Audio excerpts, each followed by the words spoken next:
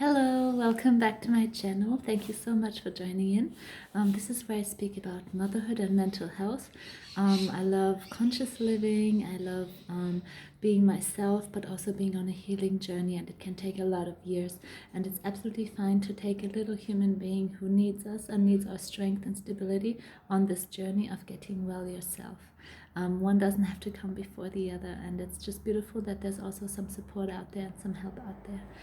These videos I've designed to be very vulnerable because I don't see that much out there of people admitting that they're going through hard times, and I hope that my video encourages you to do the same, to speak about your problems, to speak about your insecurities, and ultimately become more confident in who you are, and that will definitely help you on your healing journey, and it will impact your child to become an authentic, secure person as well. So I just wanted to call this video "Your Child Still Loves You" because guilt is one of those things that can actually keep us really, really trapped. So I'll share a vulnerable example. The other day, I think I was stressed about other things, don't know exactly what it is, maybe just the season of moving, and definitely there's a lot of pressures, but everyone has those, and what happened doesn't have any justification, but I did lose my temper and yell at my daughter. I was strapping her in the car, I was putting her seatbelt on, and she had a drink bottle in her hand, and she kind of swung it against my face and like landed on a really sensitive part of my nose, and I was like seeing stars for a moment. And then I kind of like yelled loudly. I was like, "Stop that, enough. You cannot hurt mommy." And I just said it like that. And she stared at me really, really shocked. And then I realized, okay, this is one of those moments where I can either do harm or instantly repair. So we were running late, but I took her out of the car and just held her and just said, "I'm so sorry. Mommy shouldn't have yelled at you, but you really also did an owie to mama, and that has to stop." And she actually then after a while started crying, and I think that was good.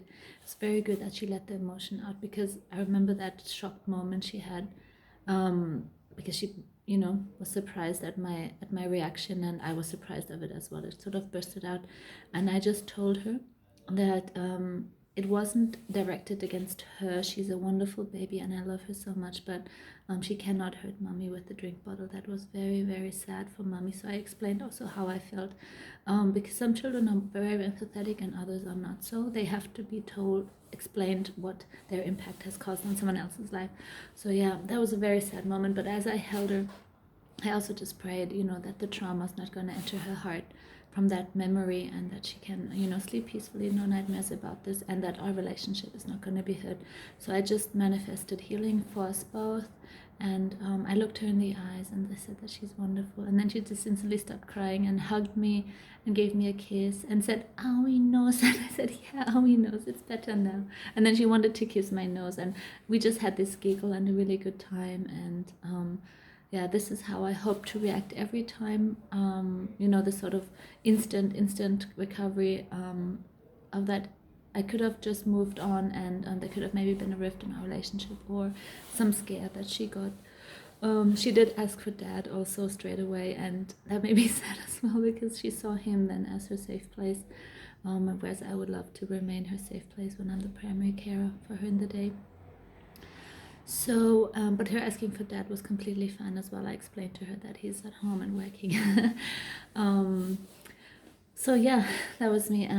So yeah, what I just want to encourage you with is that those things are normal, and it was beautiful to see how fast my daughter recovered from that, and how the rest of the day worked really, really well. I felt that for me there was just this wonder between us. Like, I was amazed how our relationship could withhold that, because she was after that just mommy the whole time. We were really close, and that evening she just fell asleep in my arms, just hugging me, and the next day there was like, we didn't even mention it anymore, and I just really feel that she sees me as her rock and her everything, and that's what I want to be for the next few years. And so don't beat yourself up over those things. That's what I can tend to do. I can be like, "Oh, I'm the worst mom in the world," and I was a social worker in child protection, so for me this is an area where things can slip and slide and get out of hand. But I really just decided that I'll never ever want to do that again. But it might happen again, but then I just have to gather it together and just really really be intentional about saying sorry, about explaining, because what I can't prevent her from all the harm in the world, and it's unrealistic to say that I'll never ever lose my temper again. She's 1.5. We're probably gonna have more conflicts in her growing up years, but what I can endeavor is to have control of my response to that, and pull myself together and be like, no, I'm not that scary mom. I'm not going to be a person she's going to be worried about being around, or impulsive, like up and down, like she doesn't know what will happen next minute. I decide to not be that sort of mom, and I visualize the mother I want to be, the lioness I want to be for her, that she can run to me whenever something went wrong, and if an accident happened, that there's a lot of grace for. Yeah, that's what I wanted to say earlier as well. I don't know how intentional it was that she bumped me on the nose with her bottle. It kind of happened really quick, and it could have been a little bit of a play thing, and she didn't know how hard it would be. But yeah, I needed to explain that to her, not get her let away with it. Oh, she's just a baby. I really did have to nip that in the bud and be like, we do not, throw bottles in people's faces, because yeah, I just really want to teach her her impact, so she can make people happy or make people sad. I really stressed that point. And I think she understood, because she went a few times like, no, no. So I think she did understand in her limited vocabulary. I actually spoke in complex vocabulary to her, and I would just get the sense that she understood, because how she illiterate, she was like, no, no. So I think she understood, and also by how shocked she was, she realized this is serious. Mama's not playing it now. So yeah, having said all that, I think I overreacted in that moment, but then I felt proud of myself for how I continued that few minutes of that day, and set ourselves back on a path. And I really want to empower you that you can do the same.